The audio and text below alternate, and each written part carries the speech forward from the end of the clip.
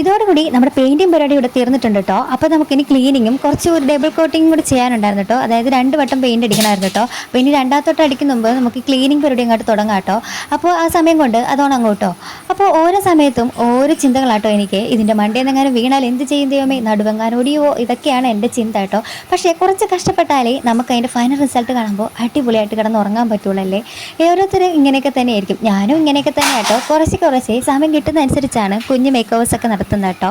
അപ്പോൾ പയ്യെ വരുന്ന വഴിക്ക് എൻ്റെ ഓരോ വീഡിയോസും നിങ്ങൾ ഫോളോ ചെയ്യാൻ മറക്കല്ലേ. കുറേ പേര് സബ്സ്ക്രൈബ് ചെയ്തൊക്കെ കേട്ടോ കാണുന്നത്. അപ്പോൾ എൻ്റെ വീഡിയോസ് ഇഷ്ടപ്പെട്ട ചാനൽ സബ്സ്ക്രൈബ് ചെയ്ത് സപ്പോർട്ട് ചെയ്യാനും മറക്കല്ലേ കേട്ടോ. അപ്പോൾ കുറച്ച് ഇങ്ങനെ തുടച്ചുമൊക്കെയാണ് ഞാൻ എൻ്റെ സമയം പോകുന്നത് കേട്ടോ. നമ്മുടെ കുഞ്ഞുസുതയെ ഇടയ്ക്ക് വന്ന് ഓരോ കാര്യങ്ങളൊക്കെ സംസാരിക്കുന്നുണ്ട്. അവൻ എന്നെ അധികം ഡിസ്റ്റർബ് ചെയ്യാത്തത് കൊണ്ട് തന്നെ ഈ വർക്ക് പൂർണ്ണമായിട്ടും ഫിനിഷ് ചെയ്തിട്ടുണ്ട് കേട്ടോ. അതുകൊണ്ട് തന്നെ ഞാൻ അവനോട് ഭയങ്കര താങ്ക്ഫുൾ ആട്ടോ. അങ്ങനെ ദേ തോടെയൊക്കെ കഴിഞ്ഞു. ഇനി എങ്ങനെയെങ്കിലും ഒന്ന് കിടന്നുറങ്ങിയാൽ മതി. കട്ടിൽ നമുക്ക് പെയിൻ്റ് അടിക്കാൻ വേണ്ടി മാറ്റിയിട്ടൊക്കെ കേട്ടോ. അതുകൊണ്ട് തൽക്കാലം ഇതിൽ കിടന്നുറങ്ങാം കേട്ടോ.